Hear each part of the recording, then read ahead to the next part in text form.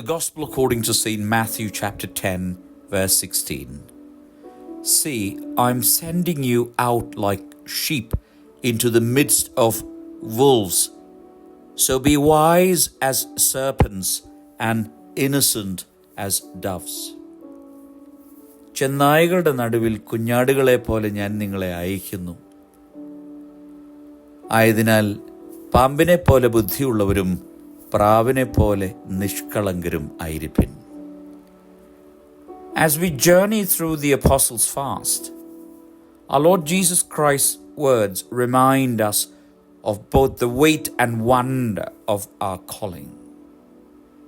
നമ്മുടെ കർത്താവായ യേശു ക്രിസ്തു നമ്മെ ഓരോരുത്തരെയും വിളിക്കുകയാണ് ഒരു ദൗത്യത്തിനു വേണ്ടി. He does not promise safety or ease. Instead, He sends us into a world that often opposes truth and resists grace. സർവവിധ സുരക്ഷിതത്വവും അല്ലെങ്കിൽ ജീവിതം വളരെ ലളിതമായിരിക്കും എന്നുള്ള വാഗ്ദാനത്തോടെയല്ല ക്രിസ്തു നമ്മെ വിളിക്കുന്നത്. The world remains full of wolves, deception, pride, injustice. ഈ ലോകത്തിൽ നിറയെ ചെന്നായ്കളുണ്ട്, അനീതിയുണ്ട്, കാപഠ്യമുണ്ട്, അഹന്തയുണ്ട്. We are not sent as warriors armed with force, but as sheep, vulnerable yet deeply protected by the shepherd. കുഞ്ഞാടുകളെ പോലെ നമ്മുടെ കർത്താവ് നമ്മെ അയക്കുന്നുവെങ്കിൽ ക്രിസ്തു എന്ന നല്ല ഇടയൻ നമ്മുടെ കൂടെയുണ്ട്. Our strength lies not in aggression but in wisdom and purity. ജ്ഞാനത്തിലും വിശുദ്ധിയിലുമാണ് നമ്മുടെ ശക്തി. To be wise as serpents is to discern the schemes of darkness without becoming part of them.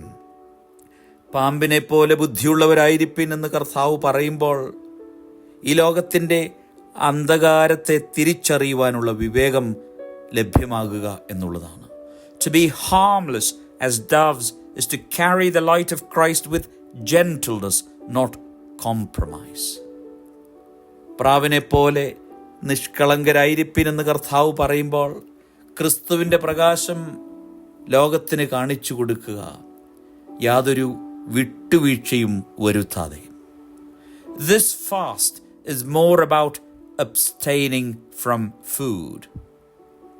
It is preparation for mission.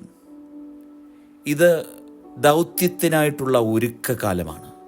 Let this season teach us not only how to endure, but how to overcome with wisdom, grace, and unwavering trust in Christ who goes before us.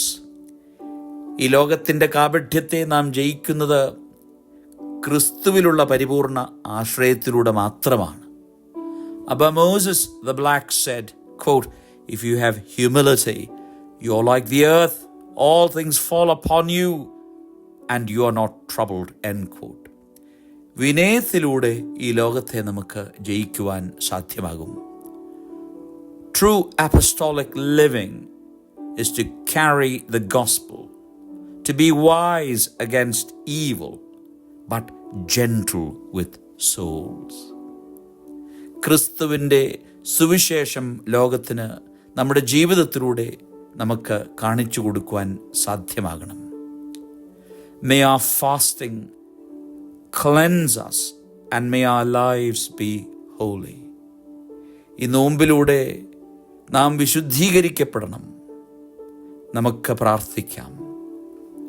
O Lord, who sent forth your holy apostles as lambs among wolves, grant us the grace to walk in their spirit with courage, wisdom, and innocence.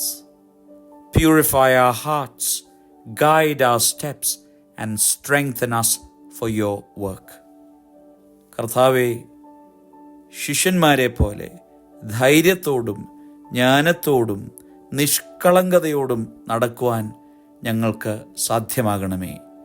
വിശുദ്ധ ജീവിതം ഞങ്ങൾക്ക് ഓരോരുത്തർക്കും നൽകണമേ. ദൈവത്തിൻ്റെ പരിശുദ്ധാത്മാവ് നമ്മെ സഹായിക്കട്ടെ. ദൈവം അനുഗ്രഹിക്കട്ടെ.